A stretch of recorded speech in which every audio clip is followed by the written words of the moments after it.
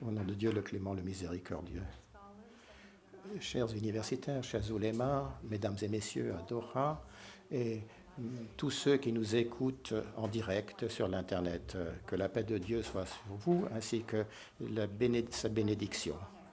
C'est pour moi un grand honneur et un grand plaisir que d'être présente ici aujourd'hui au nom du réseau des anciens du Centre. En 2014, le Centre de recherche a organisé sa première université d'été avec des participants d'origines et de cultures diverses dans la merveilleuse cité de Grenade. Cela devait leur permettre de comprendre mieux l'éthique islamique. En assistant à cette université d'été, nous avons eu l'occasion donc d'entendre les universitaires et d'approfondir nos connaissances. Nous avons ensuite établi un réseau d'individus qui se sont engagés à lutter pour relever des défis communs, et cela en se fondant sur une spiritualité bien ancrée. Depuis ce moment-là, et à chaque université d'été, de nouveaux membres nous ont rejoints et ont enrichi nos travaux. Le réseau des anciens du centre vise à créer une organisation globale d'individus en soutien de nos activités et vise à diffuser le message de l'éthique islamique. À la lumière du thème de cette conférence-ci, de cette année, le centre de recherche s'engage à faire tous les efforts possibles pour mieux faire comprendre l'éthique islamique, ce qui doit nous inspirer, c'est ce que nous espérons, à agir dans le monde et partout pour un avenir durable et meilleur.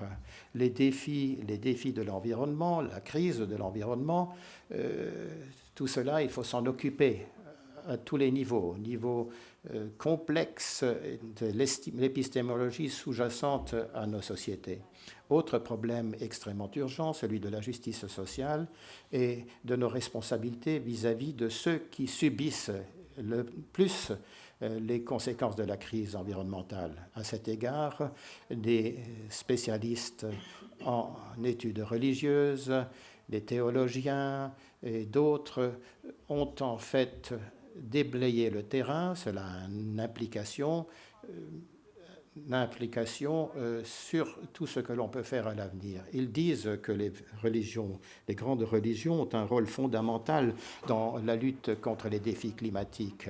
Les religions de ce monde peuvent participer activement à chercher des solutions avec les scientifiques, avec les spécialistes. Les religions peuvent donner une dimension éthique, une dimension spirituelle au mouvement environnemental dans le monde. Et c'est une tendance qui émerge ces temps-ci. Nous sommes extrêmement préoccupés en matière d'environnement par les défis qui nous attendent, mais il y a également de l'espoir. Nous sommes à un point de l'histoire où il nous faut changer. Et nous avons la possibilité maintenant de participer activement à déterminer les valeurs que nous souhaitons pour nos sociétés à l'avenir.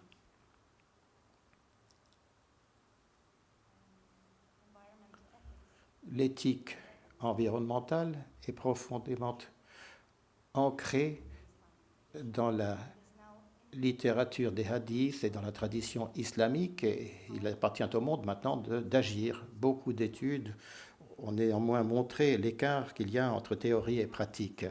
Il y a des passages de textes qui célèbrent la nature et qui, en fait, promeuvent une certaine éthique, mais il faut des mesures concrètes. De plus, les universitaires dans ce domaine ont reconnu que les religions étaient détachées des problèmes modernes d'environnement. Il y a un écart culturel entre la lecture des textes et l'impact réel. Il nous faut donc davantage d'efforts des deux côtés pour comprendre les liens entre religion et environnement, et il faut ensuite appliquer ce que nous savons dans notre vie quotidienne. En tant que membre du centre de recherche, nous espérons que cette conférence éclairera tous ces problèmes et promouvra notre prise de conscience afin que tout cela se traduise dans la pratique. Que la paix de Dieu et la clémence de Dieu soient sur vous. Merci.